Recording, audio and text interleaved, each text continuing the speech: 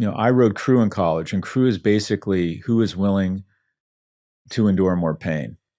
And when I had my first job at Morgan Stanley, I realized I wasn't as skilled. I did poorly academically, and I wasn't as skilled as my peers. So I thought, okay, what can I control? Every Tuesday morning, I'd come into work at 9 a.m. and I wouldn't leave till Wednesday night at 5 or 6 p.m. I was 23. I was super fit, super strong. I didn't have a relationship. I didn't have dogs. I'm like, yeah, I can work 36 hours straight and I could control that. And now, is that healthy? Do you want to be doing that when you're 33 or 43 when you have kids? No.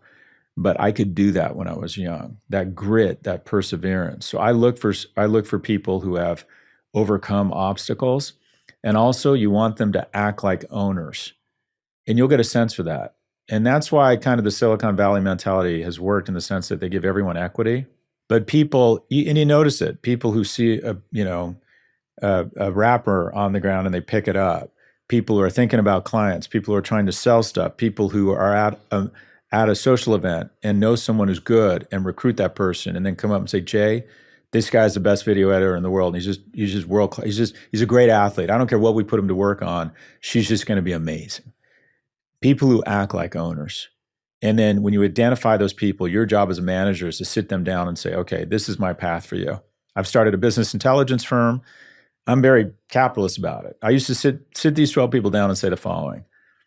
I've started this business intelligence firm.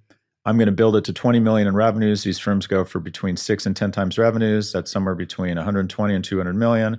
I'm giving you 1% of the company. You're going to be here 4 years. You're going to work your ass off.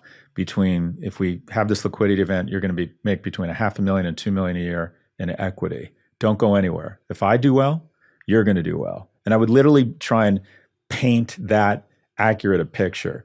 I wanted to make sure that the 12 best people, or the kind of the top, were sort of nailed to the floor. They just couldn't leave. They're like, oh, this is like, I can't, the opportunity here is just too good. But a bit of a word salad. They demonstrate grit. They act like owners. And also, generally speaking, want to help other people. Good culture carriers. There are some people that are so good and they're competitive. I've had a little bit companies that are sort of the island of misfit toys, people who are unusual or quite frankly, sometimes have some mental health issues. I'm like, yeah, if they had it all, they'd be at Google. We're going to figure it out for them because they're that talented.